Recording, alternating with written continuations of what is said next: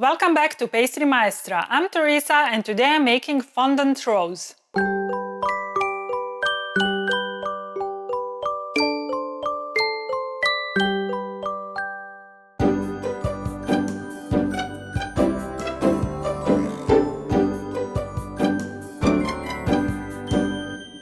In this video, I'll teach you how to make a fondant rose.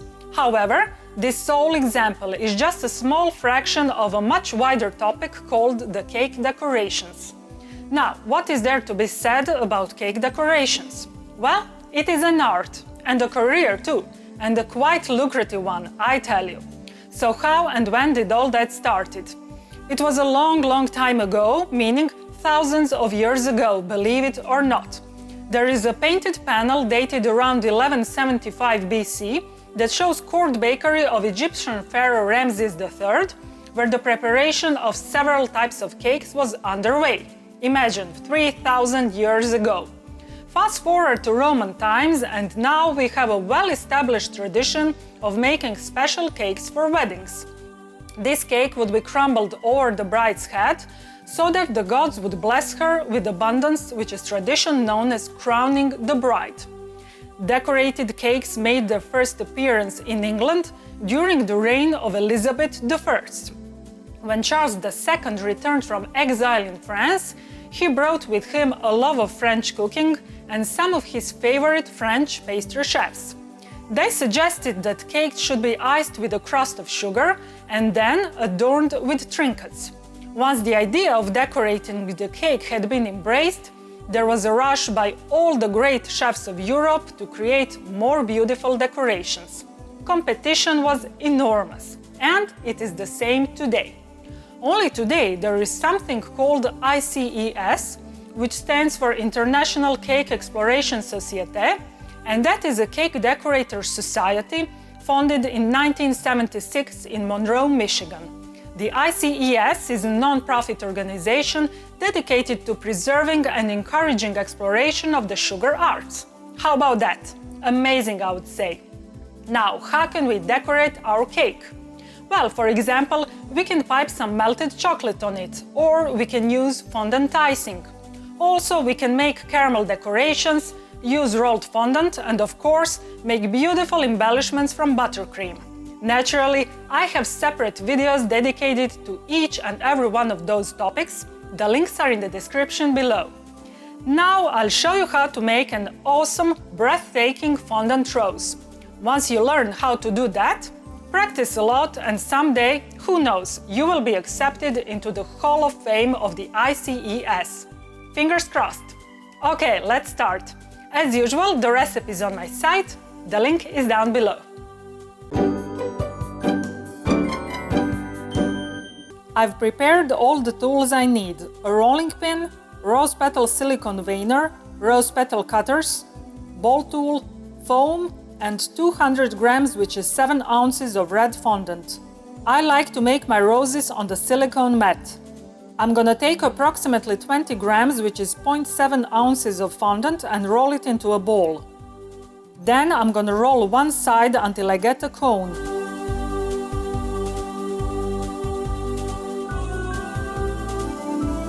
I'm gonna model the thick part of the cone to make a temporary stand for the rose.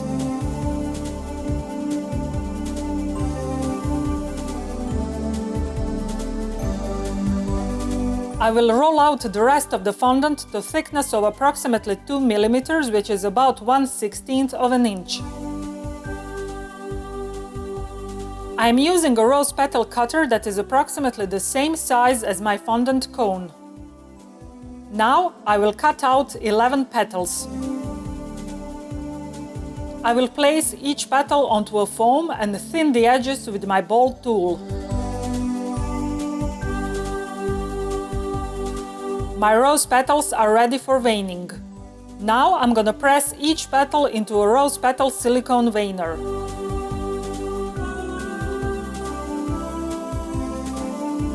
To assemble a rose, first I'm gonna wrap one petal around the fondant cone so it overlaps at the top a little bit.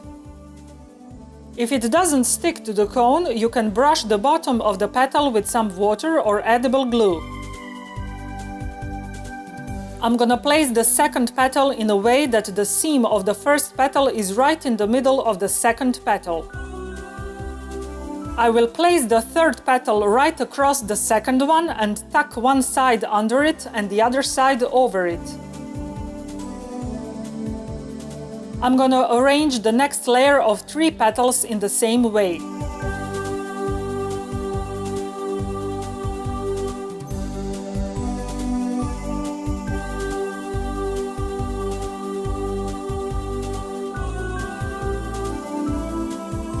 And now I'm making the final layer of 5 petals.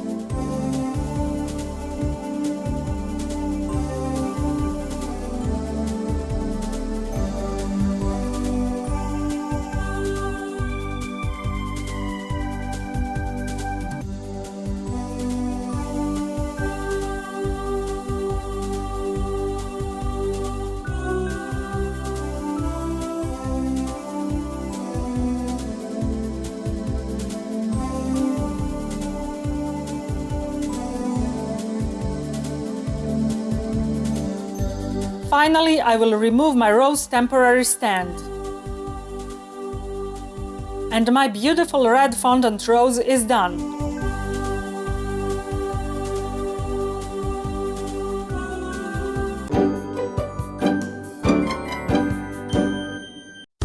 Oh baby, you are so sweet, so delicious and yummy, so good to eat. I wanna lick you, feel your sweetness on my lips. Forever and ever, you'll stay on my hips. I'm Teresa. Thanks for watching my video. I hope you liked it. If you wanna stay in touch, follow me on Facebook, Twitter and Instagram, and of course, visit my site, where you can find elaborate posts with lots of pictures, additional information and recipes that follow my every video. Also, on my site you can download my free 365 pages ebook The Pastry Chef and maybe buy me a macaron, if you think that I've earned it. Now, before you go, please hit the like button and subscribe to my YouTube channel. That really helps a lot. Finally, and this is the most important thing, don't forget to create sweetness every day, because sweetness is happiness. See you in my next video. Bye!